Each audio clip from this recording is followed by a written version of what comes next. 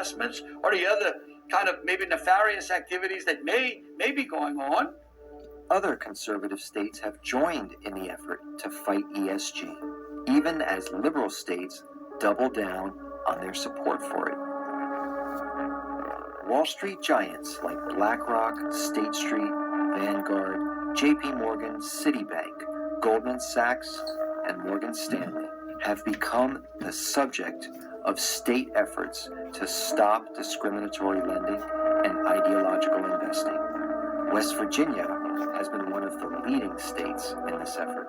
If we find a financial institution that is boycotting the fossil fuel industry, they refuse to lend money or finance the fossil fuel industry just based on this greenhouse gas emission or climate pledge or what have you, and in practice they're not lending to those industries, not because of their finances, but because of their political views, then they will be placed on the restricted financial institution list.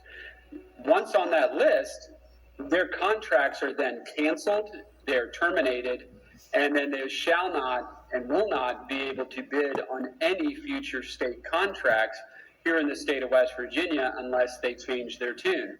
In October, Missouri became the fifth state after Utah, Arkansas, Louisiana, and Texas to boycott BlackRock funds.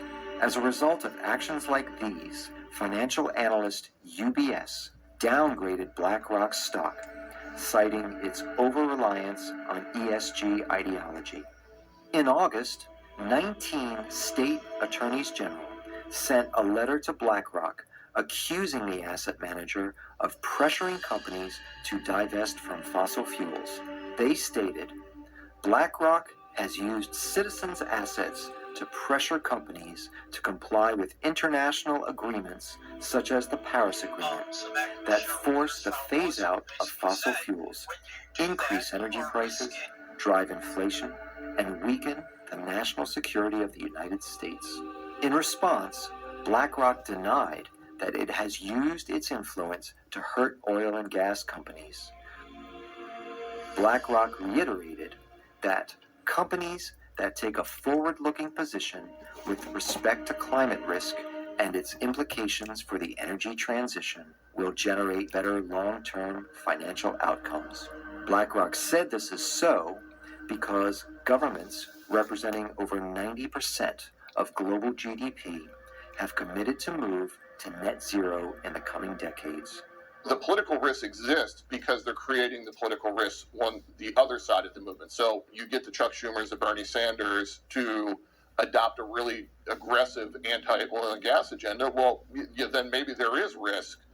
But if you don't create that risk, you don't try to ban the internal combustion engine, well, gasoline's a good investment. America's courts recently stepped into this conflict, pushing back against the expansion of the Biden administration into the private sector.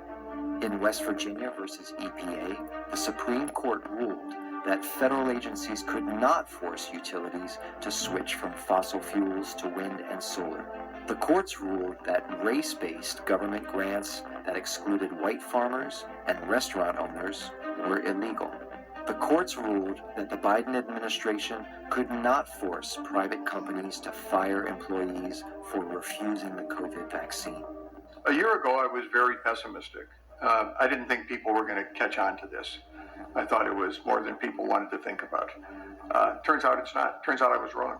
And it really has started to catch on, particularly in red states in the United States, Republican-run states, are reacting very adversely to what BlackRock, State Street, and Vanguard are trying to do and to what the government's trying to do. We've seen the crack in the dam. We've seen BlackRock start to hedge. We've seen State Street and Vanguard start to hedge. They're all starting to hedge on this because they know that they're out of step with the American people, whether it's the banking sector, the asset managers, rating agencies, you name it.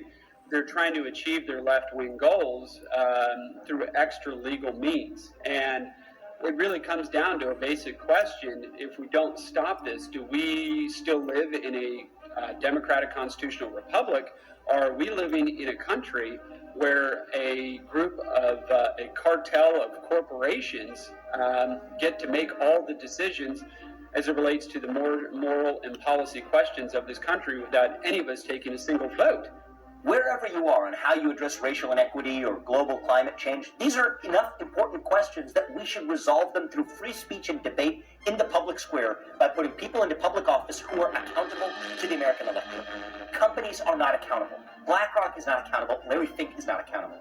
This is the heart of the question that was at issue in 1776, where we said, for better or worse, citizens decide how to settle these common political questions through the political process where everyone's voice and vote counts equally.